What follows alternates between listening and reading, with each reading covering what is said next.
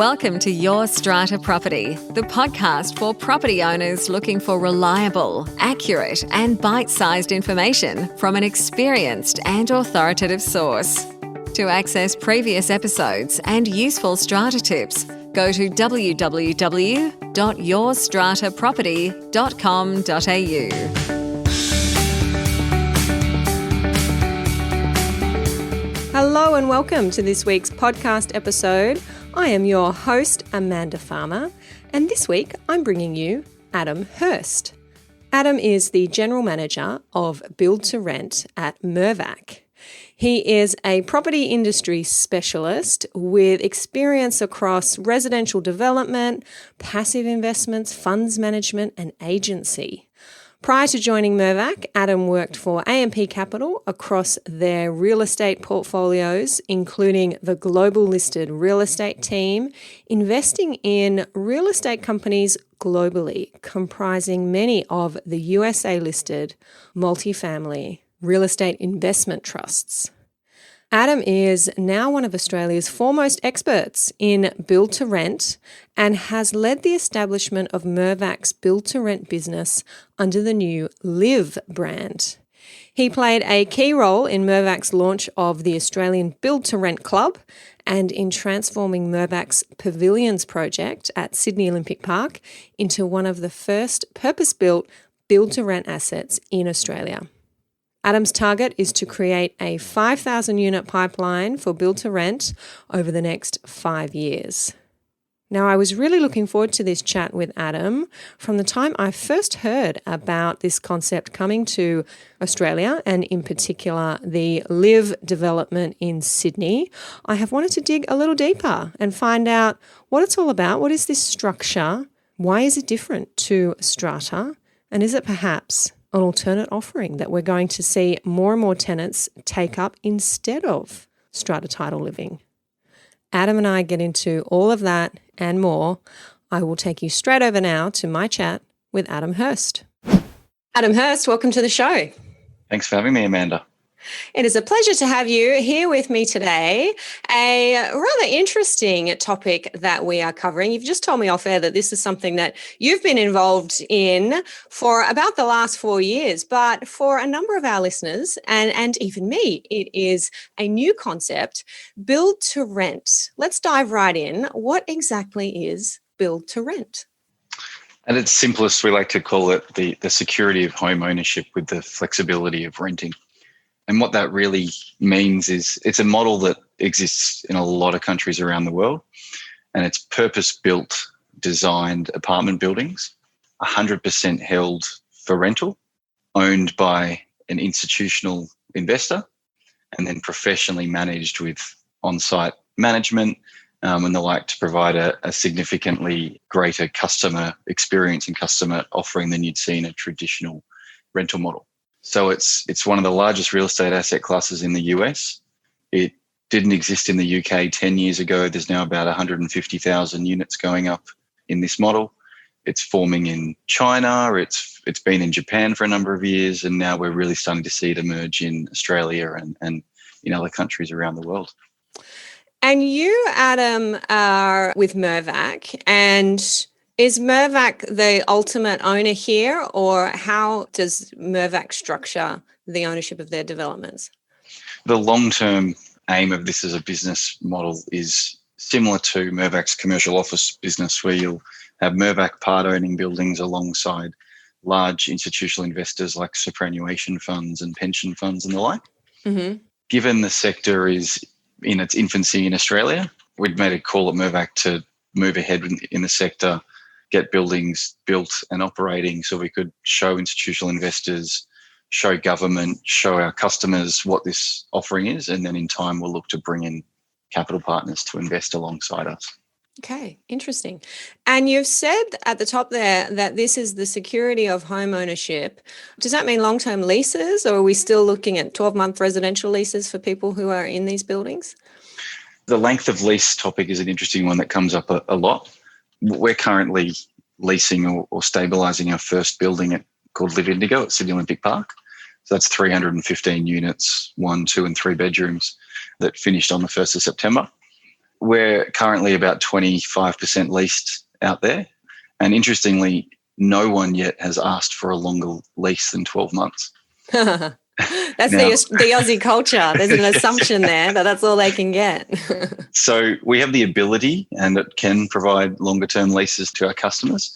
But the interesting, mindset change in this model is because it's owned by an institution for the long term, a lot of the issues around security of tenure that often come up no longer exist because the unit's not going to be sold and you're going to have to move out. The owner's not going to move in. The kids aren't going to move in. And any number one of those issues that often comes up doesn't exist anymore. And for us as an owner-operator, the one thing we're focused on is maintaining occupancy for the long term and maintaining cash flow. And because of that change, what we offer our tenants is effectively it's perpetually theirs to rent for as long as they want. Mm-hmm. So rents will increase or decrease with market, but while you're a sitting tenant, you can stay there as long as you want. Okay. And are these strata titled properties? No. So we are holding them in one line, similar to an office building. And then the idea is if they're to be sold and traded, they trade in one line, just like an office building. Right. So it's interesting, when we first started out in this space, 4.5, 5 years ago, we were designing every building with the ability to strata subdivide, in the event that the sector didn't form or for whatever reasons, Australians didn't want to rent off a corporate landlord or any number of reasons. But that obviously has some limitations in particularly the way you design services and the way you design the building. As comfort in the sector begins to exist, as more buildings start to appear and more capital starts to come into the space, we're slowly kind of morphing into a design that will likely forego that ability to strata subdivide in the future because from a design perspective, there's other benefits of looking at it slightly differently. Yeah. Oh, okay. That is really fascinating. Did you say LIV Indigo? Is that the first one that we have seen here in Australia? There's a couple of examples that are referenced occasionally. The key with build to rent, it's purpose built and designed. The Commonwealth Games Village in Queensland is often talked about in the Gold Coast. Mm-hmm. That was obviously built for the athletes in the Commonwealth Games and has subsequently been converted to a build to rent offering. So that one is often seen as the first one. There's a small one over in Perth of about 90 units. But in terms of at scale, purpose built and designed, LIV Indigo is the first that's operating. Mm-hmm. And we've got another 4 buildings in the pipeline, and there's other operators like Grocon and Greystar out of the US and a few others that have got buildings going up at the moment. So over 300 apartments in LIV Indigo. Who are the type of people who are taking up this offering? Who's moving in there? Yeah, it's been really interesting. The demographics of the residents have been much broader than we thought. Mm-hmm. And this is similar feedback to what we've heard in the UK as the sector's formed. So when you talk about this product, people instantly think of young professionals, can't get into the housing market, saving their first deposit, a good product for them to get security of tenure while they either save for their deposit or want to rent long term. And that's definitely a part of it. But we're also seeing it be a lot broader. So we've got a lot of families that have moved into the building. We've also got quite a decent cohort of downsizers who are seeing this as a kind of equity release type product. You can sell your house, you can go and stay somewhere for the long term and get security of tenure. Mm-hmm. So that's been interesting. And then the other thing that's been interesting is where the residents are moving from. So we had a view that 80% of residents would come from a 10-kilometre radius of LIV Indigo. But what we're finding is almost 50% of our residents are coming farther than that. So we've got people moving from the northern suburbs, the eastern suburbs, inner city, from southwest into City Olympic Park. So the offering and the customer value proposition is clearly resonating with people because it's drawing from broader than we normally would have thought. And tell us a bit about that building in particular. I've read a few things in the media and had a look at the website.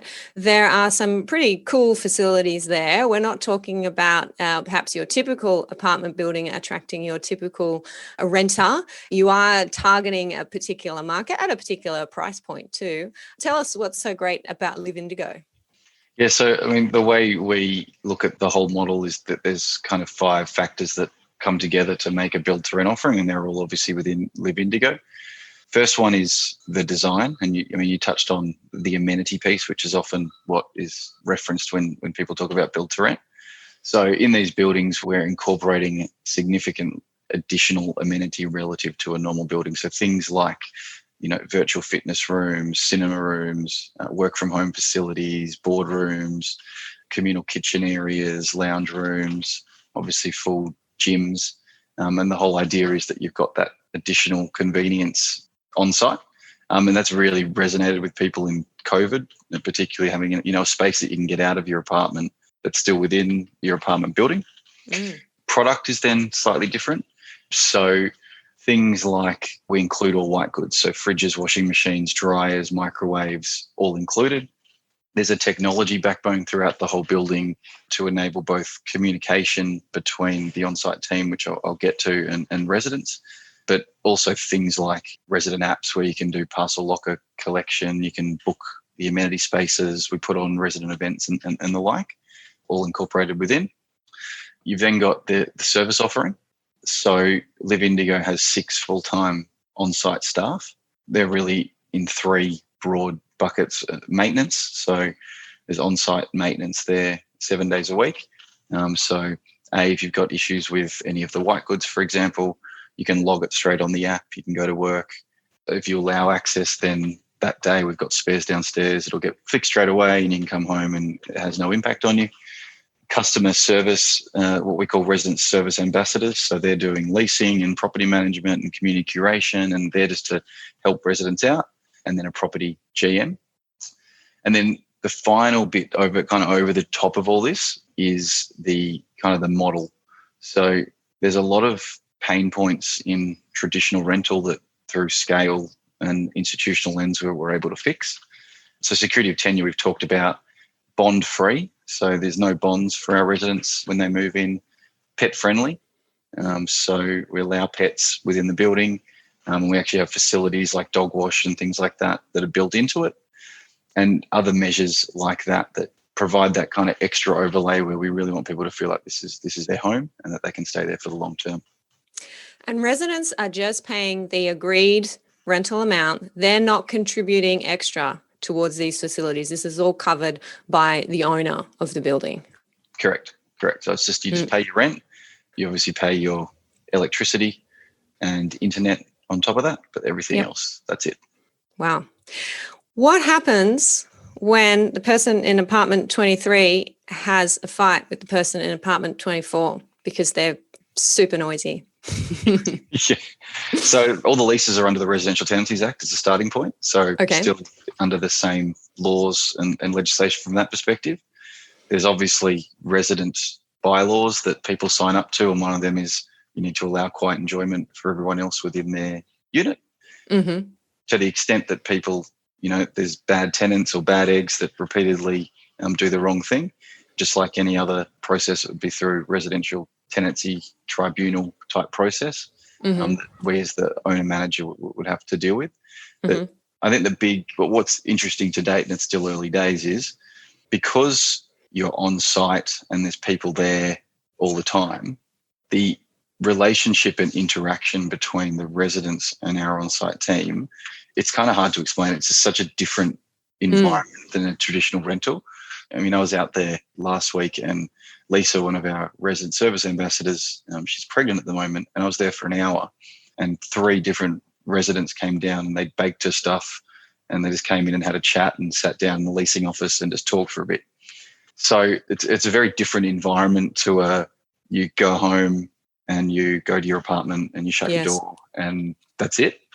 But we'll still have, people are people and issues will happen and we just have to deal with them as they come. Okay. So you don't have a strata manager per se. This is not strata title, but you have these resident ambassadors, building managers. Do these people what kind of experience or qualifications do these people have? Often what we're hiring for here is a behaviour set rather than a background. And what we're really looking for is that customer service mentality. So a lot of the team there have come from hospitality, hotel type backgrounds. Yeah. So the GM there was ex-Shangri-La and then Meriton Suites. Head of maintenance, similar. He's come from that kind of background. And then, sales, retail type roles is where the leasing type piece is coming from. But it's really about that behaviour set is what we're looking for. Yeah, as I think it should be, especially when you're removing the governance issues, if you like, the legal issues, that complexity that comes with strata title that our strata managers must be across. Do you see this as a significant disruptor to strata title living and the strata sector?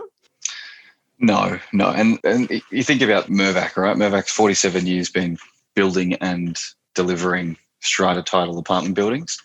And this is by no means a replacement of, this is an additional business line for Mirvac. Mm-hmm. If you look at the US, build to rent, it's called multifamily over there, but it means the same thing, has been around for about 50 or 60 years. Mm-hmm. And it's 15 to 16% of the rental market. Mm. The rest of it is all condos or what we would call strata titled apartment buildings. So it's just another offering and another choice for residents. It won't suit all people, but it will suit some. And it just is there as another offering. And there's obviously the customer side of it and the customer offering, which we've talked about. The other interesting side of it that's really come forward through COVID is the government side of it and the ability for it to provide through cycle supply. So obviously to deliver off the plan apartments can be quite cyclical, as you need to be able to sell often, 60 or 70% of the building to actually get the finance to put it in place. Mm-hmm. Because of the nature of this model is you can't lease until you're 6 weeks away from finishing. And the funding model is different. It's institutional capital invested for long periods of time for income returns. You can actually commence construction a lot quicker because you don't need that pre-sale process. And in environments like this where governments are looking for activity and residential construction and the like, it's a good model to have both working and operating in this type of environment. And are there government incentives there for this kind of development? I'm not sure. Where there has been some changes in looking for equalisation of build to rent relative to build to sell, and also equalisation of build to rent relative to how it's taxed relative to office, industrial and retail properties, because that's where the capital will come from. So at the moment it's disadvantaged from a income tax perspective relative to office, retail and industrial because it's taxed at 30% rather than 15% for foreign investors. And that's an ongoing discussion with the federal government. And at a state level, the issue to date has been twofold. One's been around planning, that it hasn't actually been recognised as a separate type of asset class with separate planning regulations, and land tax. So because you're aggregating all of the land value together, you immediately tick over the land tax threshold, and land tax was a significant impost on the viability of the sector. So New South Wales has recently put forward a policy around land tax and planning for build to rent. Queensland government, it's at one of the items as part of the election going on at the moment, and Victoria is looking at doing something similar as well. Okay. Interesting times ahead then. When I first mentioned this, I think I might have posted it on our Facebook page when LIV Indigo was marketing.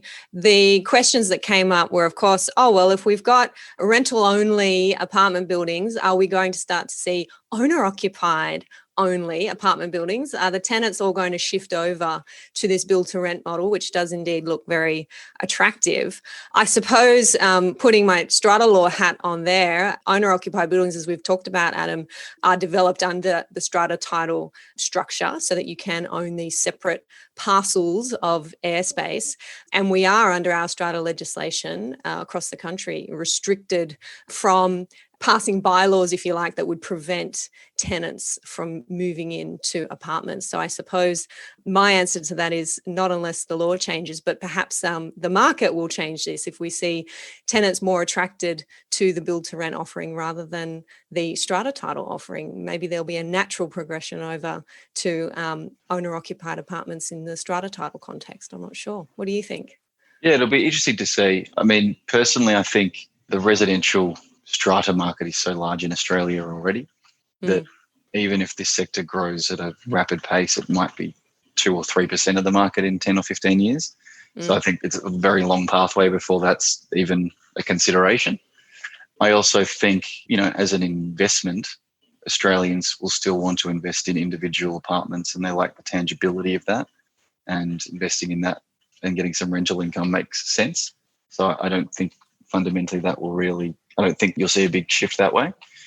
But it'll be interesting to see. And I think environments like this that we're in at the moment always create different innovations and different products, and there's lots of different housing models being looked at across the spectrum at the moment, and I'm sure you'll start to see different versions both for owner-occupier and rental and everything in between starting to form.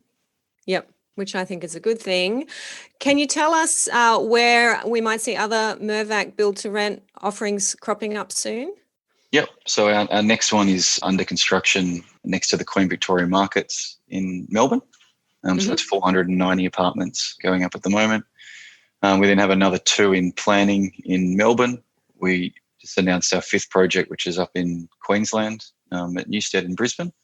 And we're actively looking for more projects throughout Sydney, Melbourne, Queensland and beyond. So it's an exciting space, and there's plenty of opportunity in it. Yep, I think so too. And I'd be very interested to see, as these buildings start cropping up, whether our strata managers who might be looking to work a little bit differently, looking for a change perhaps, become attracted to getting involved in these buildings from the management perspective, and whether you can see a use for that skill set there, building managers as well, and service providers of all types who are used to working with strata buildings. I'm sure those skills carry across quite well. Yeah, I think an interesting intersection where we're already seeing it, and I think it'll happen more and more as you get more and more mixed-use buildings, is there will be no doubt stratums of build-to-rent in larger buildings where there will be BMCs, and even at LIV Indigo, for example, it's a build-to-rent stratum, and then it's 2 build-to-sell stratas, and then a common podium with a BMC managing it. So it gets quite complex there. But there's a lot of interaction there. You can see the smile on my face. My palms are rubbing together here. Get my hands on those documents. Yeah, so it's inevitable all these areas interact, I think. Yes, exciting times ahead indeed. Well, let us know, Adam, where our listeners can go to find out more about Build to Rent or LIV Indigo if they're interested in checking it out, and about you and Mirvac generally. Yeah, so you can jump onto the Melvac website and go through there through to Build to Rent, or you can go to livmirvac.com, which is LIV is the customer-facing Build to Rent brand for Mirvac. And that's LIV, just to LIV. Yep. Or just simply search LIV Indigo in Google and it will come up and it'll direct you to the page. Perfect. Well, thank you so much for joining us today, Adam, and filling us in on this exciting new development structure that we have here in Australia. I will be watching it closely and seeing how it evolves, and no doubt chatting to you again sometime in the future to get your wrap up after maybe 12 months of LIV Indigo and others, where we think we're headed from there. Sounds great. Thanks a lot for having me, Amanda. Thanks, Adam. Thank you for listening to Your Strata Property, the podcast which consistently delivers to property owners reliable and accurate information about their strata property. You can access all the information below this episode via the show notes at www.yourstrataproperty.com.au. You can also ask questions in the comments section, which Amanda will answer in her upcoming episodes. How can Amanda help you today?